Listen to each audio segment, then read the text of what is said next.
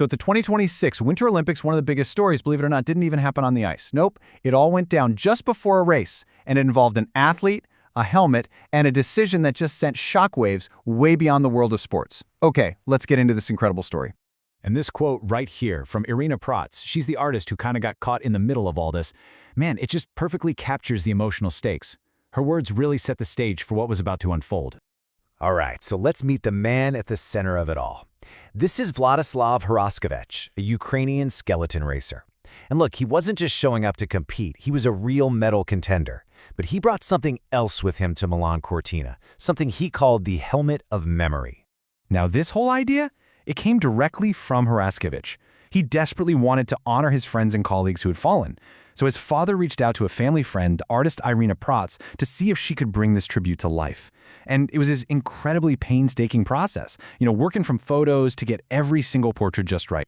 Think about that. Over 20 faces were painted on that helmet, and each one was a story that was cut short, a career that didn't end with retirement but was ended by war. So this wasn't just some abstract symbol, it was a mosaic of real people, people known and loved by the Ukrainian sports community.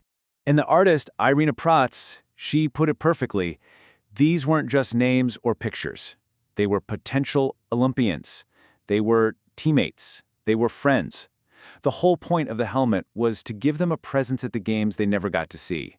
But, as you can probably guess, this deeply personal act of remembrance was on a collision course with a massive, century-old institution, the International Olympic Committee. And the whole conflict really boils down to the IOC's most basic principles.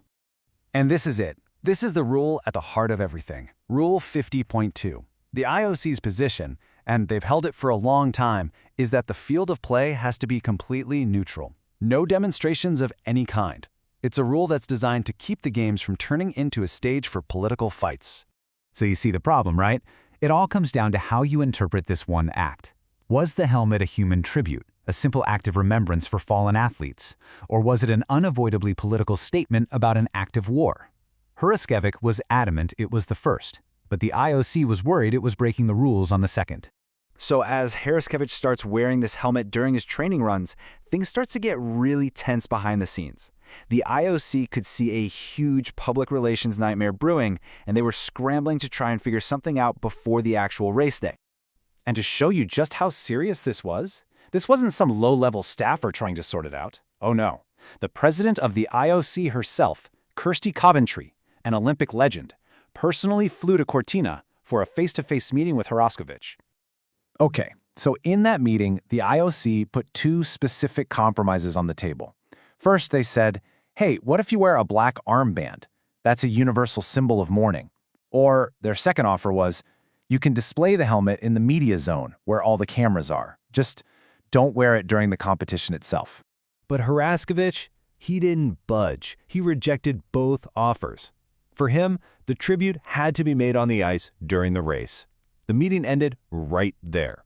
And get this, reports from the room said President Coventry was visibly emotional, even in tears. I mean, it just shows the human toll this was taking on everybody involved. Well, with no compromise, you know what had to happen next.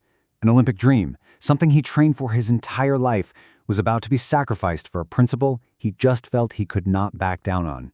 And look how fast it all unraveled. You have the final meeting, he refuses the offers, and then, boom, just 45 minutes before he's supposed to compete, the official word comes down. Vladyslav Heraskevych is disqualified from the Winter Olympics. His response was immediate, and it was so powerful. He just posted a photo of the helmet on social media with this simple 5-word caption. He wasn't playing the victim, he was saying, I made a choice and I'm willing to accept the consequences. But the personal cost was just devastating. Journalists who were there described his father, Mikhailo, who's also his coach, just doubled over, head in his hands. I mean, can you imagine? You pour your whole life into your son's dream only to see it end like that. It was absolutely gut-wrenching. The reaction was immediate. His own teammates on the Luge team knelt on the ice and raised their helmets. President Zelensky himself came out and condemned the IOC's decision. Suddenly, athletes and fans from all over the world were talking about it, and his personal stand became this global conversation. And that conversation very quickly turned to this much bigger question about the IOC's rules.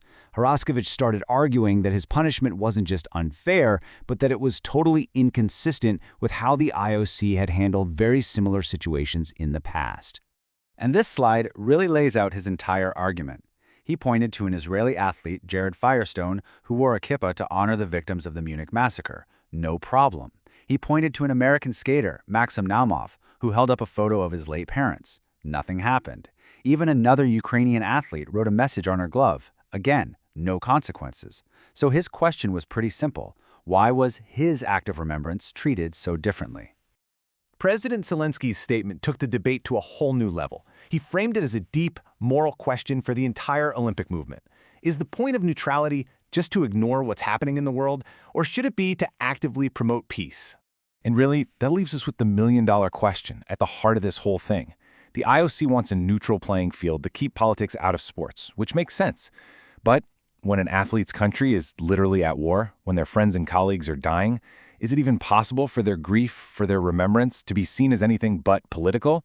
It's a tough one, and it's a question the Olympics is going to have to keep wrestling with for a long, long time.